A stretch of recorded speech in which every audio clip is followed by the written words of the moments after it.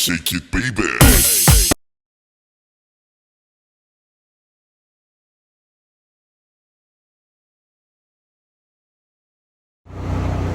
How's my YouTube family doing? I know we haven't checked in in about a week or so. Went out on the road for about a week and a half. Got a lot going on right now. Really busy time, which is a good thing. But I'm here in the trailer, as you can see my mother-in-law back there. I'm here in the trailer, in our barbecue trailer.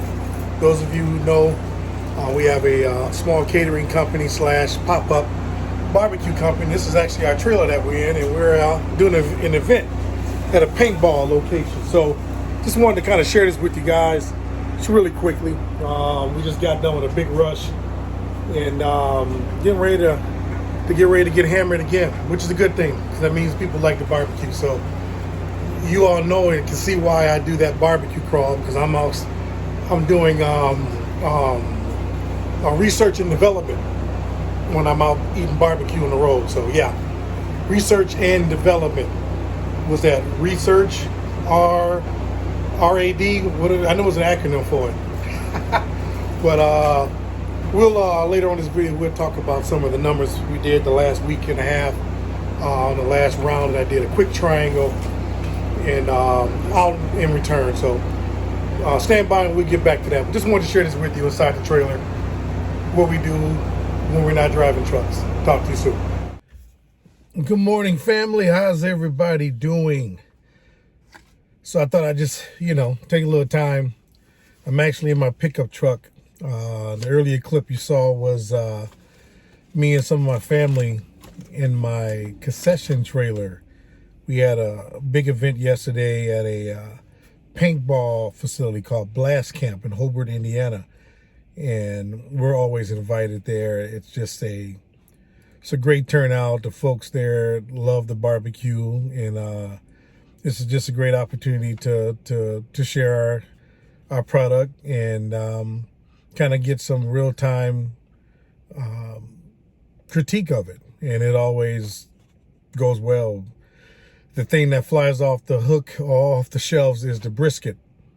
Brisket, the pulled pork, the slabs of ribs, brats, and we have what we call hot links and rib tips, which is a big Midwest thing, Chicago rib tips. But the brisket is something we don't get up here often, and to get the opportunity for folks to taste brisket that is made the right way, I guess.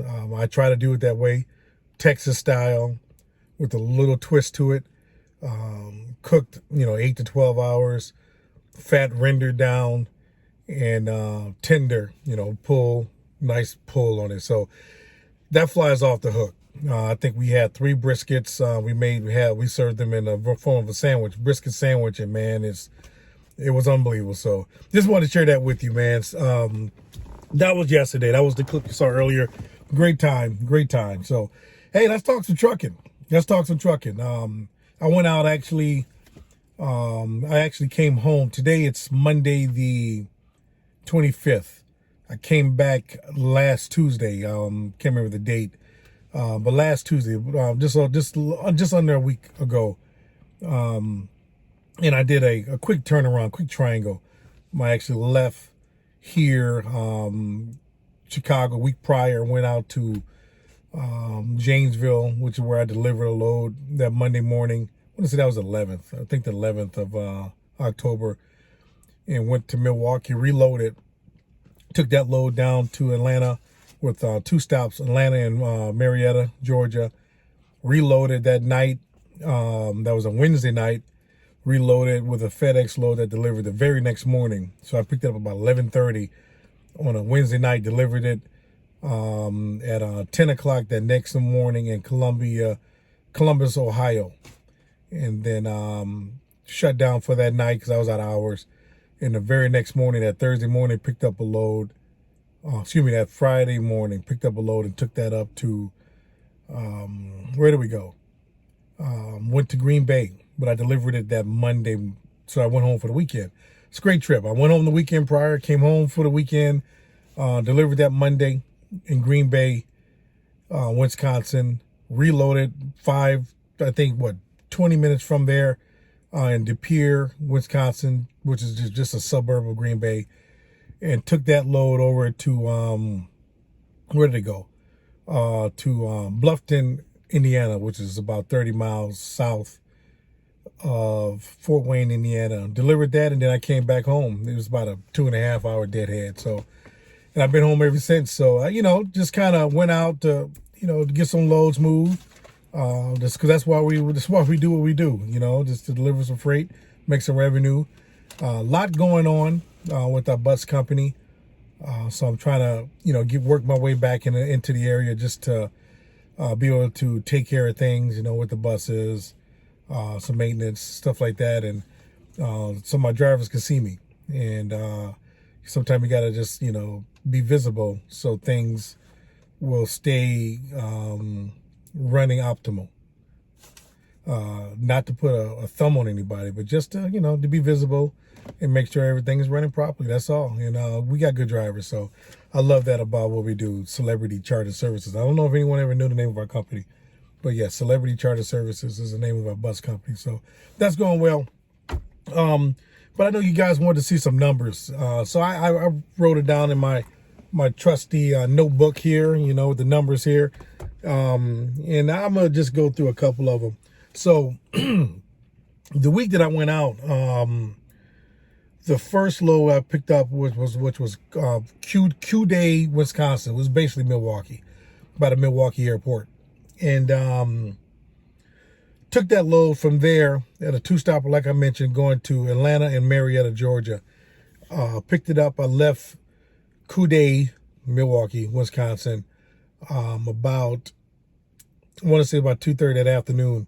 Caught a serious amount of traffic in Chicago, cutting through, but delivered that Wednesday morning. It was an 8 a.m. appointment.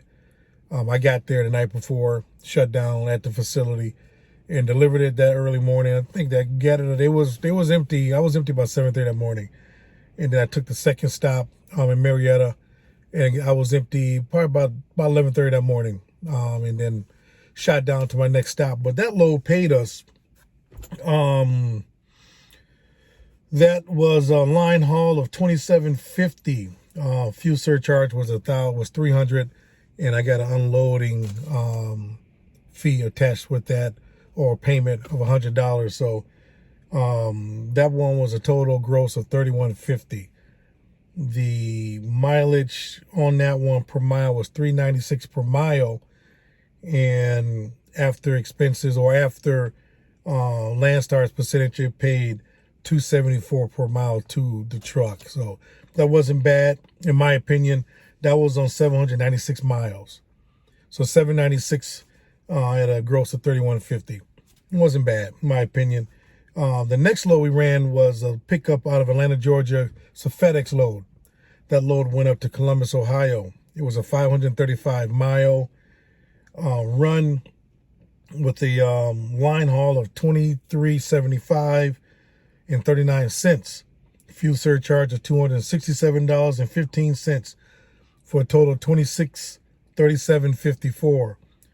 The rate per mile for that one on the 535 miles was $4.93 per mile, and they paid the truck $3.37 per mile. The beauty of that load, I had to take a 10 so I can have a fresh clock to run through the night. I ran through the night, so I picked it up that Wednesday night at 11:30 was my appointment. I was out of there around 12 a.m. Ran straight to Columbus, Ohio, delivered the very next morning, or that morning. So we're looking at a $2,637 line haul, and I had the load on my back for about 10 hours. You know what I mean? So that's not bad. So again, I paid $3.37 to the truck per mile. The next load I picked up which was a Friday morning pickup. I delivered this Thursday morning. Took me a 10 and change, and I picked up the very next morning going to Columbus, Green Bay, Wisconsin. Picked up in Bowling Green, Ohio, going to Green Bay. That load was 434 miles with a line haul of 2,286 miles, $86.81. with the fuel surcharge of $188.19. The total line haul on that load was $24.75, and the rate per mile gross was $5.70. So that wasn't bad. The rate per mile to the truck was $3.85 a mile, and that was on 434 miles. Not bad in my opinion. It was a weekend load, so I came home for the weekend, got up, left Sunday night from the house, got there so I could have a fresh clock, and delivered that that very next morning. Actually, they unloaded me that night. I took a 10, picked it up the next morning, Monday morning, went and reloaded and picked that load up. That load went to picked up in De Pere, Wisconsin, which is Green Bay, suburb of Green Bay.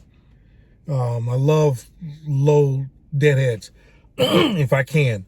This one, my deadhead was with the Atlanta one was probably 30 miles. This one right here was I think it was like 15-mile deadhead. It didn't always work that way. I set my searches for up to about 150 miles from where I deliver, depending on where I'm at. You know, if I'm in a more rural area, I'll increase it. 200 miles if I have to. If it's a good paying load, I go get it. You know, it's just the way it is. But my deadhead this time was pretty low, which was great. Keep the percentage of the deadhead low as possible.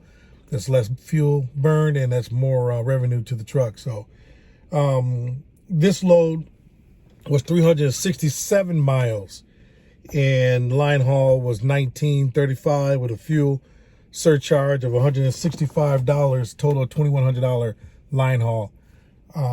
It paid the truck $5.72 per mile, with $3.88 to the truck per mile. Again, that's after Landstar's percentage. And I picked this up, delivered the very next morning.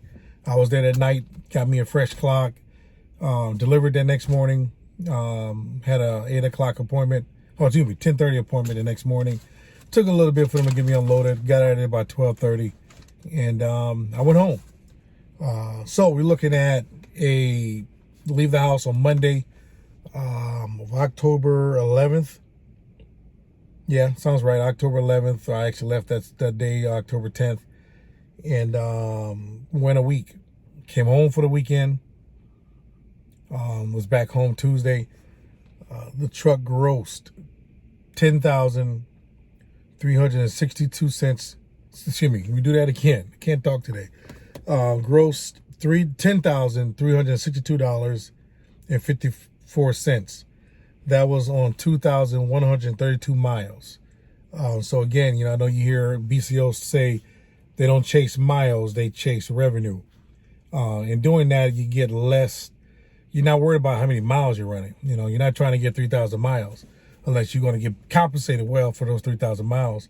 I'm looking for revenue. The more revenue, the less miles is what I'm trying to balance. So we got $10,000 on 2,100 miles. So that averaged about $4.85 per mile. That's not bad. The truck net was $7,091.02. With that, I probably had in expenses. Oh wow! I think my expenses in terms of what I pay to Landstar for our services, for our OmniTrack service, the signal. Plates already paid for the year rather. We got our bobtail insurance, those things. So it's about $165 in expenses. And a lot of people don't do it. The escrow, I do it. It's no big deal. I take a 5% escrow out of each one of our loads based on the gross. So that's money being set aside. It's just another place for money to sit. It weighs itself out. You know what I mean? It's sometimes I'd rather be in the bank, maybe trying to get some interest, maybe reinvest it. But it's there, and one day I'll go get it, take it out, and maybe invest it somewhere. We'll see. But yeah, I do that. So we're looking at net of $7,091.02. I think fuel, spent about maybe $900 in fuel, which wasn't bad at all. The truck did real well. on fuel that week. So, it's those are the kind of numbers that I chase. I know, and I hear people say it all the time that eventually these rates won't exist. That is absolutely true. They probably won't. When, I don't know. Right now, it's called striking while the iron is hot. Right now, there's a backlog of freight. We always hear the stories about the barges and all those boats sitting out there in the Pacific Ocean waiting to get unloaded. The driver's shortage, which I don't know. I don't see how is the driver's shortage, because these truck stops don't show that. You go to a truck stop, there's nowhere to park. Go to the rest area, there's nowhere to park. You go down 80, 94 through Gary, Indiana, and it's a wall of trucks. So there's a driver shortage. Okay, yeah, it probably is when it comes to finding younger drivers or younger individuals to get into the trucking industry. A lot of us are retiring, and there aren't people coming in to replace those guys that are retiring. So, I mean, that's where I can see it. But trucks are out. Trucks are moving freight. It's happening. One day the market will level itself. I don't know how bad or how good. Right now the rates are up. Let's do it. There is an issue with parts, and truck prices are up through the roof right now. Yeah, that's a problem. But you work it out. You know what I mean? Just kind of play with the market, look what the market is doing. But these are the kind of numbers that I chase. This was a really good week. I tried to look for grosses, try to gross around 6,000, 7,000. Sometimes the pieces add up and they match up, and you can turn a week like this. It's all about just using a low board. And I'm a low board user. Some people don't like the low board. I like the low board. I can kind of dictate where I'm going. I can put myself in places where freight is hot, where freight is good. I like it. I've searched the dedicated route, and it's hard. Just finding that dedicated route that'll fit your lifestyle is how I see it. Excuse me. I've had some dedicated routes that just didn't fit my lifestyle. I like to be home on the weekends if I can. If not, I'm going to run. I'm going to make some money. I'm going to get a hot load over the weekend, and I'm going to be out. But if I'm going to do a dedicated run, I'm going to do a dedicated run that's going to get me home on the weekends, because that is the sense, in my opinion, to do a dedicated run that's going to, one, give me good revenue, but two, be able to put me in a position where I have good freight. Hold on one second, everybody. Sorry about that, guys. Got a little, my neighbor, who actually cuts my grass, came by to chit chat for a quick second. But, yeah, rate is up. It's up right now, and they're going to go down. I don't know when. Maybe they won't. Who knows? We don't know. But right now, I'm striking while the iron is hot. With everything going on, Christmas coming, I would guess that the rates are going to stay where they're at right now. And again, it's just about where you're at. You go to certain places, rate is low. Just like Florida. We know you come out of Florida, the rates is bad coming out of Florida. But it's all about positioning your truck. Be a student of this craft. Check some of the, I don't have an account, like with, I forgot the name of them, but some of the other low boards. But I do look at the trends that are going on. Certain states have, you can see the trends, what the average rate per mile. And then if you're a BCO, you go on Landstar's site to kind of look at freight coming out of those areas. You can kind of see, yeah, it's accurate. And in most cases, sometimes as a BCO, your line haul is going to be a little higher than what the average is. I like that. So I use those things to kind of see where I want to be. Do I want to go to Texas? Maybe this week is not a good week to go to Texas. They don't have enough trucks. Maybe there's too many trucks in there. So the rates will come down. Maybe you don't want to go to Georgia because they got too many trucks in Georgia. The rates will come down. Or Alabama, oh, there's not a lot of trucks there. Let's go there because their rates will go up because less trucks, higher rate. So that's kind of what you're looking at in predicting rates. There's a guy that I look at from time to time. Makes sense. He got a YouTube channel, and he talks about some of the states that you want to go or you want to avoid because of the what the numbers are looking like out of those states. So, excuse me. Yeah, I know it's a long video, but I kind of just want to touch on that because I do get comments. I love comments. Please keep the comments coming that say, hey, man, these rates are going to come down. Don't get used to it. I know. Don't get used to it. Bank your money. We're all on the same page with that. But right now the rates are up and the revenue is out there to be made. Make it. Trust me. I know it's going to happen. It's going to tank. It's going to come down. But when it comes down, you're going to still be trucking and you're going to still be making revenue based on what it is. And again, you still use the same strategies that we use now when the rates are up. Go to states where the rate is up, where the numbers are up. Go to states where there are manufacturing, a lot of production. One of the things I've learned, stay away from the coast. Freights going into the coast are great. Coming out of off the coast lines, it's not. The same strategies will apply when the rates do come down. You make those adjustments on your expenses, your fueling, your idling, all those things. You make those adjustments to keep your revenue where you need it to be at. So I just wanted to kind of touch base with you guys on that. And just, some folks want to see some and hear some numbers. Those are my numbers, man. Those are the strategies that I use to try to hit those numbers. I try to take the time that I'm out here on this road is the time I don't waste it. When I'm out on this road, when I'm away from my family, I am trying to make as much money as I possibly can because when I go home, things are going to be taken care of. I can be home for an extended amount of time if I choose to. And,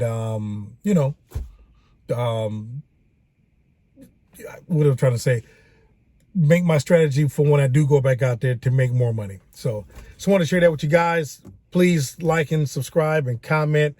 It's what it's all about, man. Iron sharpens iron, and we're constantly, making each other better with these videos and with within the trucking community. So again, if I can enlighten somebody about this trucking thing, hit me up in the comments.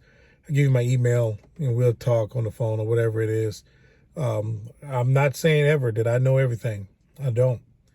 But these are the strategies that I use and do that give me results that I'm looking for. So, and I'm constantly learning, man. I'm constantly learning. I am a fan of a lot of people on YouTube, and I glean and take in information from everybody. That's just the way it is. Iron sharpens iron. So you guys be safe out there on this road. I'll be back out on the road tomorrow. And again, we'll put out another video and kind of say hi and keep sharpening, man. We'll talk later, buddies. Be safe on the road and keep doing what you're doing so we can see what it does. Talk to you guys.